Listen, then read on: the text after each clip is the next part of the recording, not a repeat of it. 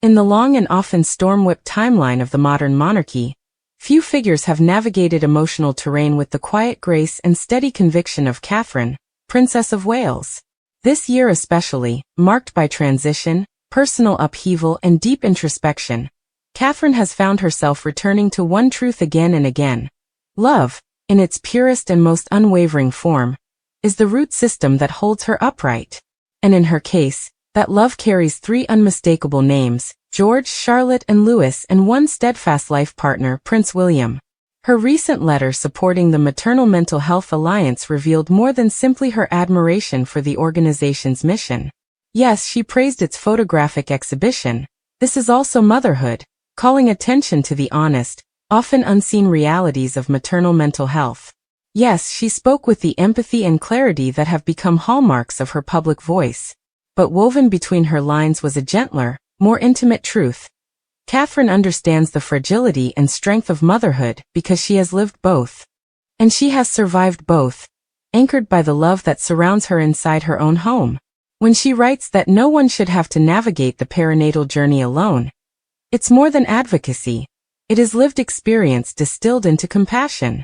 It is a woman speaking not only as a patron, but as a mother who knows how profoundly grounding the presence of a supportive partner and a joyful, chaotic household can be, especially in moments when life feels precariously balanced.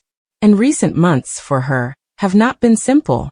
Her deeply poetic autumn message, voiced in a video recorded as her family settled into their new home at Forest Lodge, felt almost like an emotional turning point.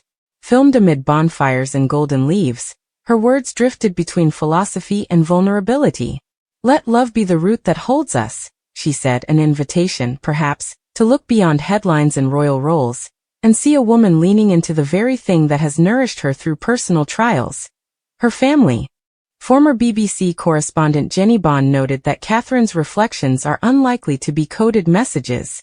They are simply thoughtful, human expressions of someone learning, changing, and healing.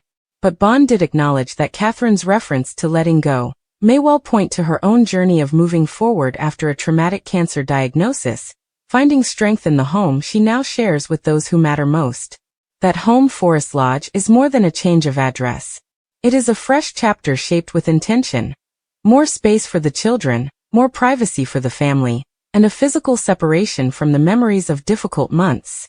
The move symbolizes something Catherine has always championed: creating a nurturing environment where love, stability, and emotional authenticity flourish. And here lies the heart of it. Catherine has evolved into a woman who understands that love is not passive. It is resilient. It is the muscle that flexes when life feels heavy. It is the steadying hand on her back, the echo of laughter in the kitchen, the warmth of William's partnership, and the unfiltered affection of her children. Her devotion to them is not merely sentimental, it is foundational. It is what allows her to speak so passionately about maternal mental health. It is what gives her the clarity to articulate the beauty of change, even when change arrives uninvited.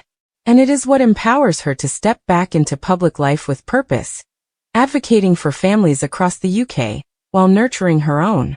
In truth, Catherine's love for William and their children is not just a private comfort. It is her compass, her grounding, her quiet power. And in a world eager to decode royal subtext, perhaps the simplest explanation is the truest. She endures because she loves deeply, devotedly, and without spectacle.